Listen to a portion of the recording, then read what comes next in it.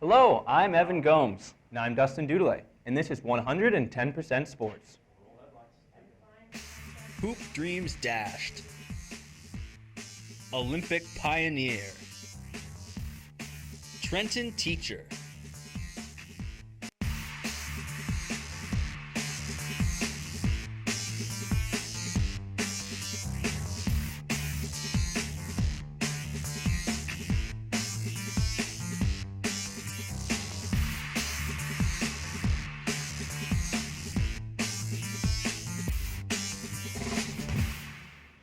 The OCAA playoffs are underway in volleyball and basketball. No Loyalist teams made it to the big dance this year. The Ontario College Women's Basketball Championship starts Thursday at Niagara College, but the Loyalist Lady Lancers won't be there. They lost their last two games of the season and failed to move on to the playoffs. Dustin Doudelet has this story. Big game as Loyalists hosted the Durham Lords. Both teams were 7-6 going into the game. At stake, home court advantage in a crossover game with the winner heading to the playoffs. The Lancers scored just 7 points in the opening frame. With the score 15-7 early in the second quarter, Loyalist point guard Leticia Lopez collapsed after nearly snapping her ankle driving to the basket. A trip to the hospital determined the ankle was not broken, but Lopez is off her feet for 4 weeks. With their top rebounder injured, Loyalist all-time leading scorer Jenny Thompson stepped up. But everything Thompson did, Durham point guard Lindsay Panchin did one better. The score was Durham 21 and Loyalist 19 at halftime.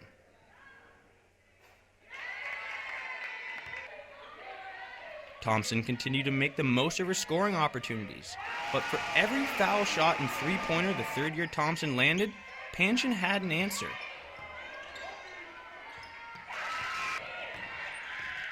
Loyalists came to within 4 with 4 minutes remaining, and a Thompson three-pointer brought the Lancers to within 2 in the dying seconds. But Durham held on to win 62-60. A frustrated Lopez watched helplessly from the sidelines in her last game as a Lancer. We came out slow, but then we regained the tempo, especially in the fourth quarter. We got hot, and I think it just showed that we're a team not to mess with, and in those situations, we could have won. Panchin led all scorers with 32 points and 13 rebounds. She thought getting a win was going to be a lot easier. From the get-go, I really believed that we were just going to take the game, a nice 20-point lead, and then they slowly started calling back in the second quarter.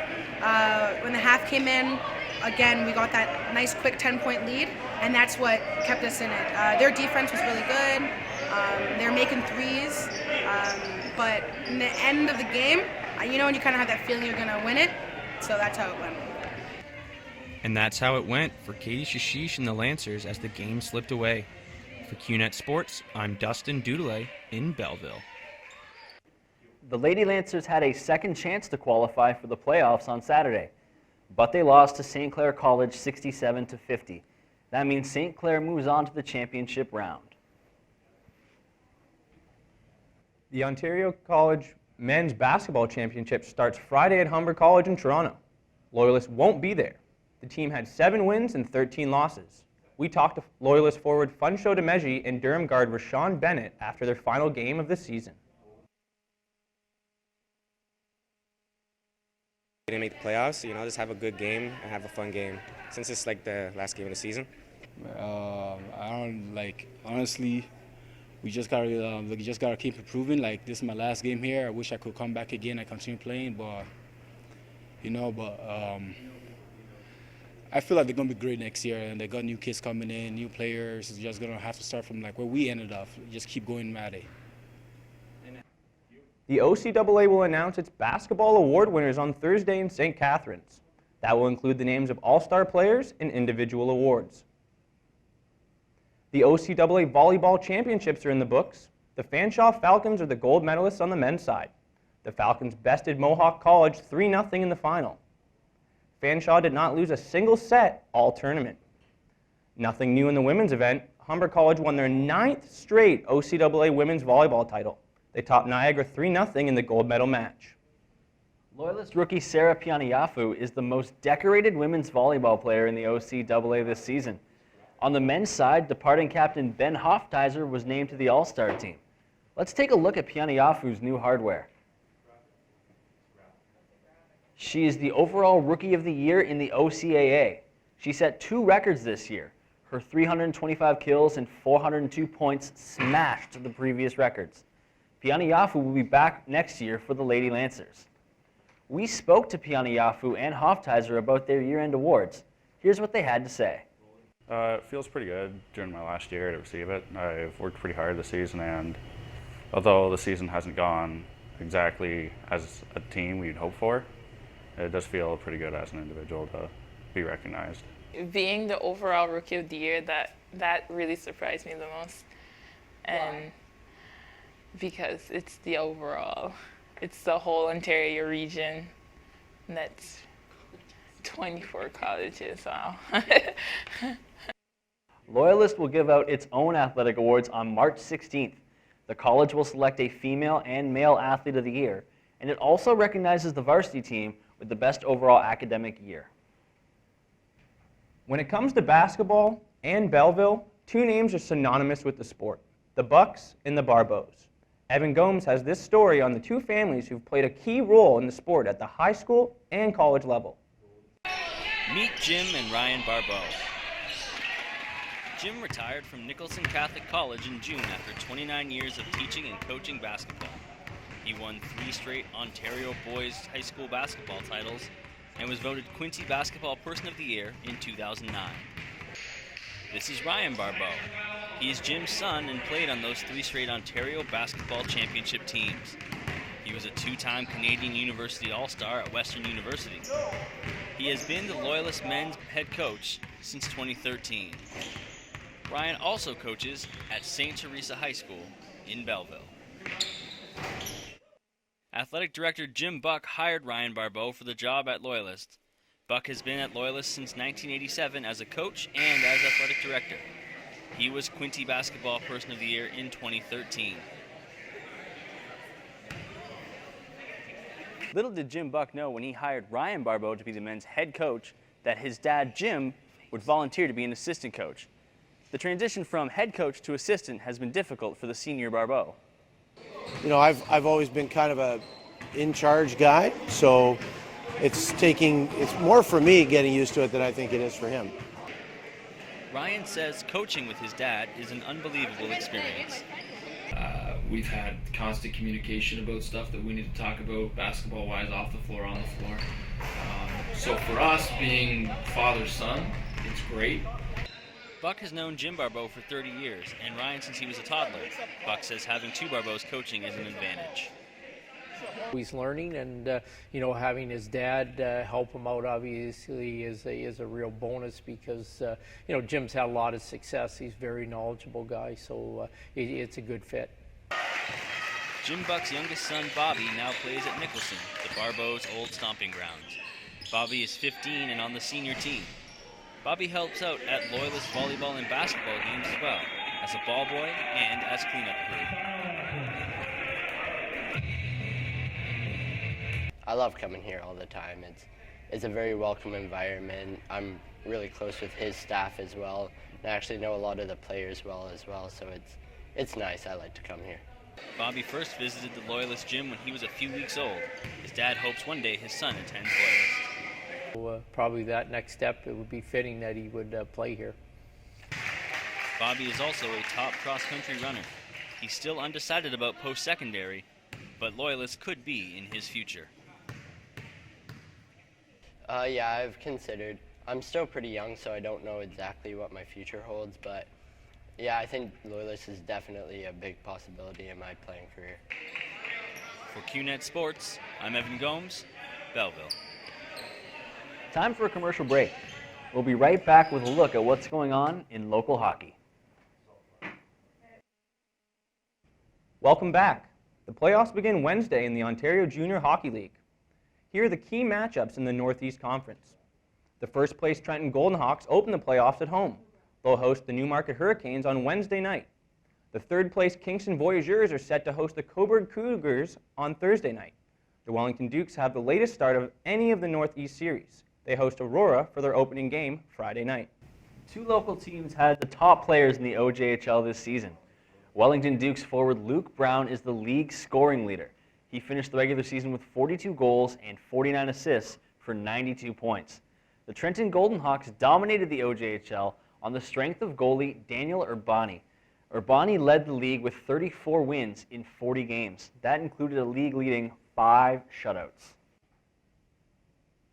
One reason the Trenton Golden Hawks have been so good this season is head coach Jerome Dupont. He played 6 seasons in the National Hockey League and coached for 2 in the Quebec Major Junior Hockey League. He's guided the Golden Hawks to top spot in the OJHL this season, and the team is ranked number 4 among all Canadian junior teams. James Paddlegrant has this story. Jerome Dupont played in the NHL, but the 54-year-old from Ottawa still knows how to handle a hockey puck. Dupont is in his 4th season as head coach and general manager of the 4th best hockey team in Canada.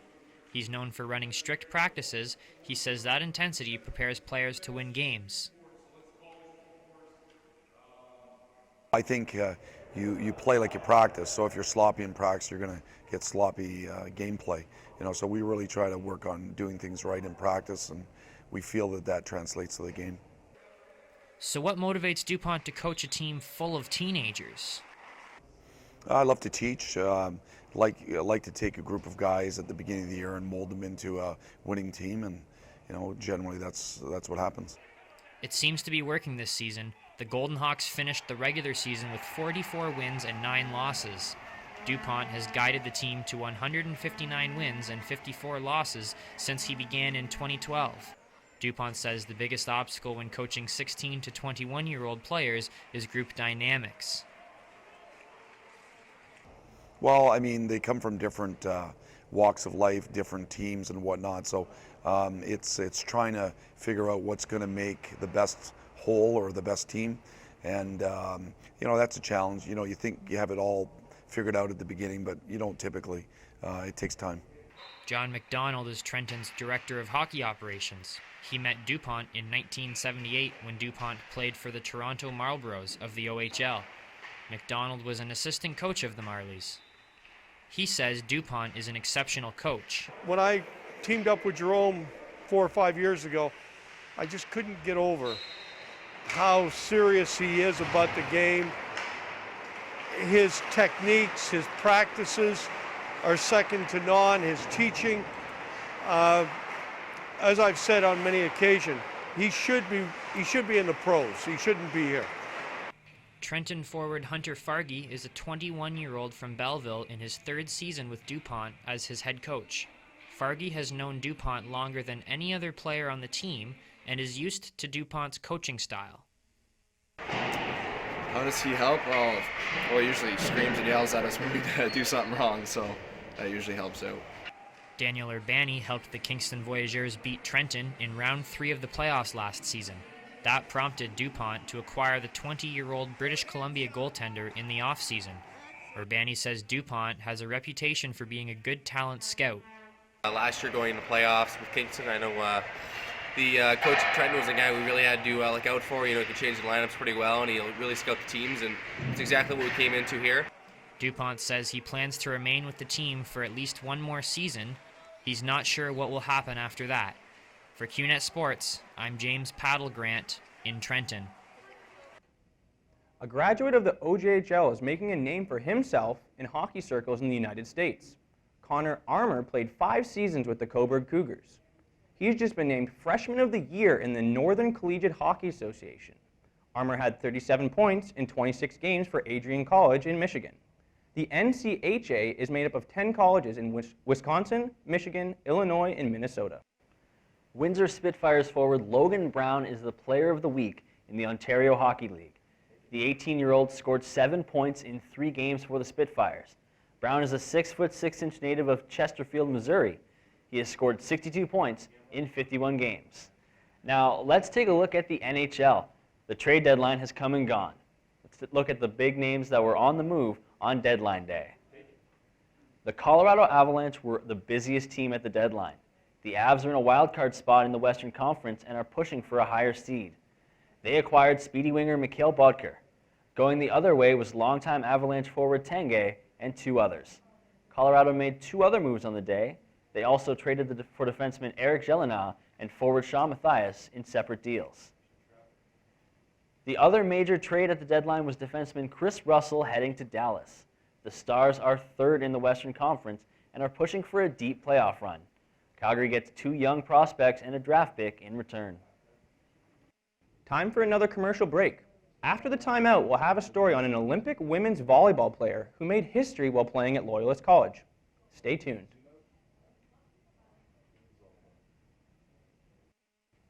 Welcome back. Reggie Armonis is a trailblazer in women's sport. The Belleville-born Armonis competed at the 1976 Olympics in Montreal, and she made history at Loyalist College in 1981. Armonis is the only woman ever to play on a men's volleyball team in the Ontario College Athletic Association. My co-host sat down with Armonis and Greg Gavin. He was the athletics director at Loyalist who coached Armonis on the men's volleyball team. Reggie Armonis was a volleyball standout. She was 20 years old when she represented Canada at the 1976 Olympics. She was already playing semi-pro volleyball in Colorado. Playing at the Montreal Games is one of her fondest memories. I cried. I was overwhelmed. Back in '76, things were a lot more free. Even though it was high security compared to the other Olympics, we were able to walk freely amongst the people, and we marched in through the streets. And what I remember marching in on the opening day was the crowd. I mean, I still get goosebumps. So when you chose to come to Loyalist in 1981, were you aware there was no women's volleyball team? Not at all. At the time I chose to come to Loyalist, I had returned from Denver. I was playing pro ball down there. My father had been diagnosed for lung cancer, and I came home to be with him prior to his death. And I knew that I needed to settle down, and so I wanted to come to Loyalist because it was my hometown. And I just assumed that there'd be volleyball. And actually I wasn't even thinking about a sport at the time because there was so much else going on. Armonis met Greg Gavin in the late 1970s. Gavin was the athletics director and men's volleyball coach at Loyalist. Armonis helped Gavin with some volleyball clinics at the school. She asked Gavin about playing at Loyalist in the 1981-82 season. So when he found that I had come to the college, I think he was quite happy to have me join the team, and I think we just did it and didn't ask for permission from the league, just did it. Reggie Armonis was so focused on playing that she had no idea what Greg Gavin was doing to convince the OC2A to let her play on the men's team. They had me phone each of the teams and just ask the coaches if they had a problem if I had a female on my team. Well, half of them laughed and there was no problem. There was, going to have a girl play on your team. Okay, no problem there. It became a problem after she started playing. What was the reaction of the other male players when you showed up to tryouts? There were sparks, and I had a very strong personality, and so did the guys. And they would have come from cultures that women weren't in the position that I was in, that I would be competing alongside of them. And give them credit, they learned how to put up with me as a female on the team. But there were sparks. One of the problems that we had that year was the countries that these males were from are countries where the status of females isn't at the same level as it is for men. And they really felt that some of their glory and shine was being taken away by the fact that we had Regina on the team. And to some degree, they were right in saying that. The guys on the Loyalist team had to learn to put up with having Armonis on their squad. Other teams in the league did not hide their displeasure at a woman invading their world. The first tournament we went to, and of course the guys didn't know that there was a woman, or maybe they had heard that there was a woman on the team, and I think they were all laughing about it. And I have actually met and dealt with the coach of the Durham team just this past season, and he recalls laughing, or, being amused that there was a woman on the team until they had to play against me. Other players didn't laugh for long. Armonis ranked number 12 in the OCAA All-Star balloting at the end of the 81-82 season. That's when the OCAA banned women from playing on any men's team. Gavin and Armonis worked together so Loyalist launched a women's team in 1982. That team was undefeated and won a Tier 2 championship in their first season. It's fun. It was fun. I have to, winning is fun. As long as winning is fun. Losing, not so much, but if you put up a good fight, losing is still palatable, but winning is fun, and we did it in a nice way. We were a fun team, and yes, we may have demoralized the opposition, but we weren't rude about it. We just had fun. Armonis was named Loyalist Athlete of the Quarter Century in 1992. She was inducted into the OCAA Hall of Fame in 2003. Many say she's the best athlete to ever play at Loyalist. And would you describe Reggie as a pioneer? Yeah, she pioneered our women's volleyball program for sure. She certainly, look around here. This is a volleyball school. We've done really well in that sport, and she facilitated with that. Do you consider yourself a pioneer? I know I'm a female, but ever since I was a young child, grade school, high school, I always thought of myself as non-gender. It didn't matter whether I came up against a guy to compete. It didn't matter whether you were a guy or a girl. If I could do it, I did it. And I didn't think that it was a barrier for me because I was a girl. I wish more girls would think that way. There's nothing wrong with thinking you're non-gender. Be proud that you're a woman, but in the world out there, more of us have to think that, in my opinion, more of us have to think that we're non-gender. Get out there and do the job. Even in her early 60s, Armonis has still got it. Evan Gomes, 110% Sports, Belleville. A generation ago, basketball players didn't have a closet full of expensive footwear. Some of today's players admit to having more than half a dozen pairs of basketball sneakers, and they don't come cheap. My co-host Duston Doudelet talked to some members of the Loyalist basketball community about their cool kicks. They come in all shapes, sizes, and colors. These days, athletes have more choice than ever before. Just ask Jim Barbeau. Barbeau led Nicholson Catholic College to 3 straight Ontario boys high school titles. The 56-year-old played basketball at Western University in the late 1970s. We would have maybe 2 pairs of shoes, maybe. Most guys only have 1 pair for the year. But maybe you get to university, guys that have more than 1 pair. But now it's ridiculous. Every kid's got 3, 4, 5 pairs of shoes. Loyalist professor Phil Howlett played at Dalhousie University in Halifax and was on Canada's under-19 basketball team in 1977.